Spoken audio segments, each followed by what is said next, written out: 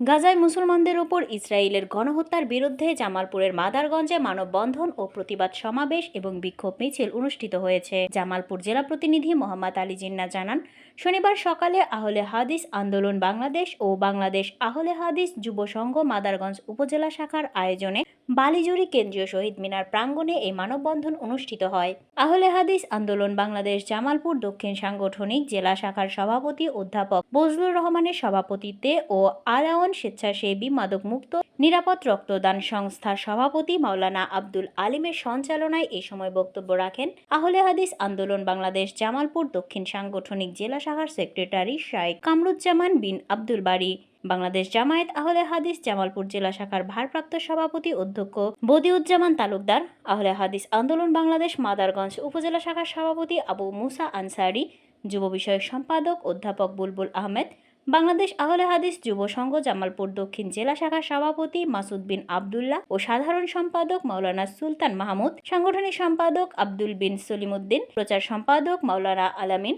দপ্তর সম্পাদক সাইফুল ইসলাম সহ